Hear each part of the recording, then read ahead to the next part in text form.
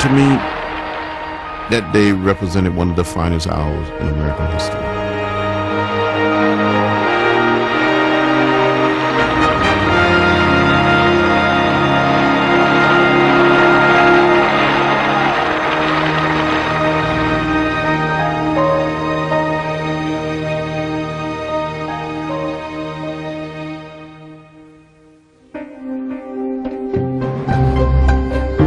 In the early 1960s, answering the president's call to action, young people had a new way in which to serve: the Peace Corps. The Corps' first director was the president's brother-in-law, Sergeant Shriver. Messages kept pouring into the White House from people, younger people for the most part, but older people too, saying, yes, I'm ready to serve. I thought joining the Peace Corps was a perfect way to do good in the world. I mean, I thought it was sort of hands across the ocean. Then I was going to go and help the poor people of the world do something better with their lives. Marnie Mueller was sent to Guayaquil, Ecuador. It was somehow giving people the notion that if they got together, they had power to make change.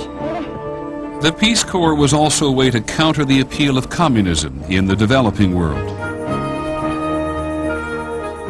Other young Americans responded to the president's Cold War call more directly. We're being trained to be in the military, to do what the military does, to fight if we have to defend the country. So, I mean, we all wanted to go. We thought, I mean, this was our job. On the same day that President Kennedy established the Peace Corps, he provided more funds for an elite group of warriors called the Special Forces. They would become known as the Green Berets. This is another type of warfare, new in its intensity, ancient in its origin, war by guerrillas, subversives, insurgents, assassins. The very first mission for these highly trained soldiers would be in Vietnam, in Southeast Asia. When President Kennedy took office, there were 1,000 military advisors in South Vietnam, sent there to defend against what America believed was communist expansion. It was a policy based on something called the domino theory. In a sense, we saw if Vietnam falls, the dominoes will fall. Thailand, Malaysia, Indonesia, the rest of Southeast Asia would fall under communist domination, and they would be strengthened across the globe. And it was to prevent that Kennedy felt he had to make a move to strengthen the South Vietnamese government. The South Vietnamese government, run by Ngo Dinh Diem at the time, needed the help. The leader of North Vietnam, Ho Chi Minh, wanted the North and South to be reunited. He was supplying guerrillas in South Vietnam who were growing in numbers and aggressiveness. In Vietnam, you had an insurgency, Viet Cong. They are the insurgents. We've become specialists in counterinsurgents. Bill Bowles was one of the first special forces sent to train South Vietnamese troops in the fall of 1961. President Kennedy had increased the number of military advisors to more than 3,000.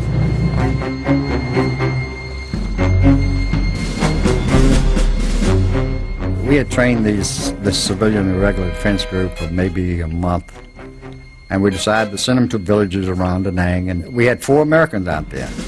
And on the way between the villages, they were ambushed by the Viet Cong. 2 of my buddies were killed, and 2 others were missing. I was shocked. I guess more than anything, it brought home the idea, hey, this is not play. This is not a game. This is not a training exercise anymore. This is kill or be killed. By 1963, the situation was deteriorating. On the streets of the South Vietnamese capital, Saigon, President Diem, desperate to maintain control, was cracking down on his political and religious opponents. In protest, Buddhist monks set themselves on fire. For many Americans, these were the first television images they saw of Vietnam. It was a horrible, horrible experience because in a sense, we saw Vietnam disintegrating before our eyes, or at least the structure of the state disintegrating. Diem had lost control of it. American policymakers supported a coup to remove Diem, which resulted in his assassination. U.S. complicity in Diem's death and the resulting turmoil in South Vietnam only deepened America's involvement. As I left there in '63, it was obvious that that the war was escalating. We had camps in places you couldn't even say the name, and we had more people getting killed than ever before. America would commit more and more soldiers. It would become the longest war in American history. It was fought largely by young men, described by one journalist as rock and rollers with one foot in the grave.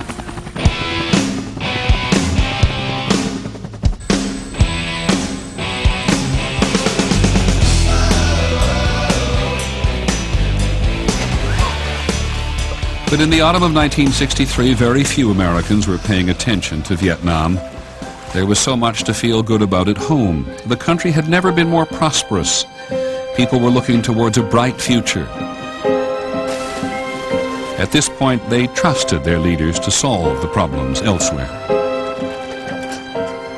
World peace, like community peace, does not require that each man love his neighbor. It requires only that they live together in mutual tolerance. In June of 1963, in a speech the President gave at American University in Washington, it seemed that maybe even the anxieties of the Cold War could be dispelled. But we can still hail the Russian people for their many achievements.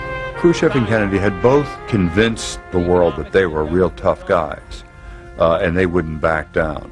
That's exactly the time that people then sit and negotiate out their problems. Both men understood that, and Kennedy laid that out.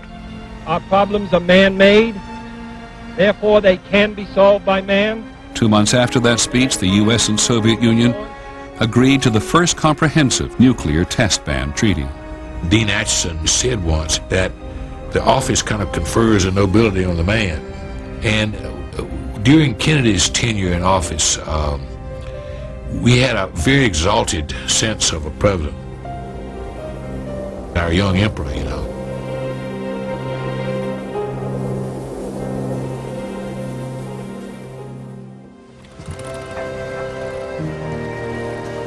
In the summer of 1963, John F. Kennedy's political and personal ratings were the highest of his presidency. Because he was the first young president, he was a towering cultural figure. I mean, the pictures of him walking around with his little kids and whatnot had enormous impact. It made us feel 10 feet high. We thought we were invulnerable. President of the United States, and what a crowd, what a tremendous welcome he's getting now. We can, and there's Jackie. She's getting just as big a welcome, and the crowd is absolutely going wild.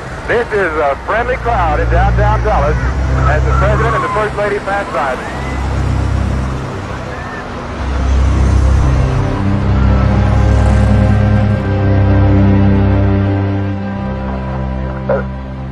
It appears as though something has happened in the motorcade route. Something, I repeat, has happened in the motorcade route. Stand by just a moment, please. It did seem as though everything came unpinned. I was sitting in a dental chair when the first bulletin came over, but then the bulletins became increasingly serious, so that within an hour, about the time I was out of the chair, Jack Kennedy was dead. Dallas, November 22nd. President John F. Kennedy was shot and killed here today, period. The President suffered a massive gunshot wound in the brain and was pronounced dead at 1 p.m. Central Standard Time.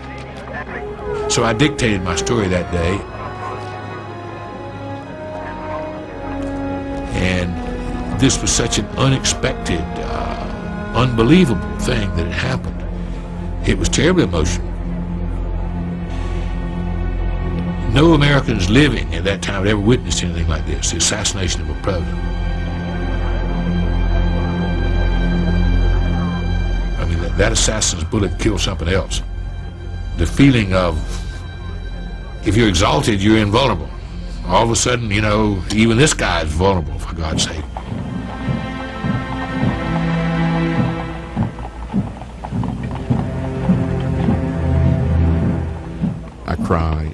like many Americans.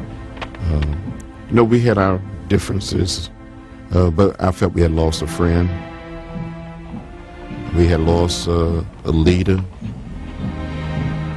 It was such a source of inspiration. How did we make it? How did we survive? Where did we go from here?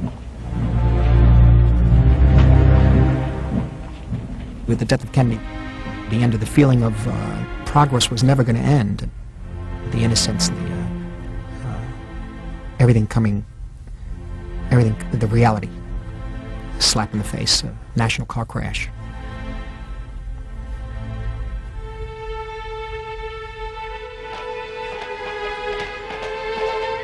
I think some of the self-confidence of America died that day. Some of the optimism of America died that day.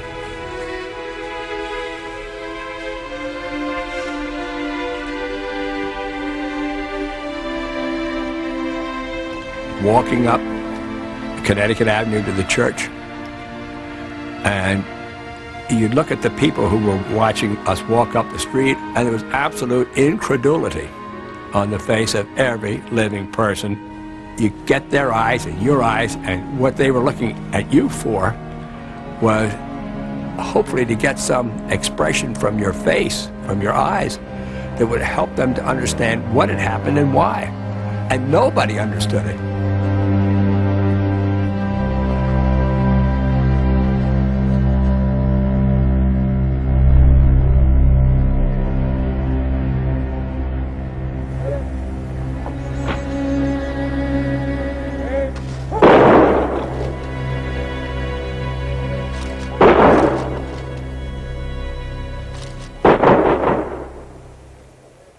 For an already shaken America, there were yet more crises ahead. We'll see that on the next episode of The Century, America's Time. I'm Peter Jennings. Thank you for joining us.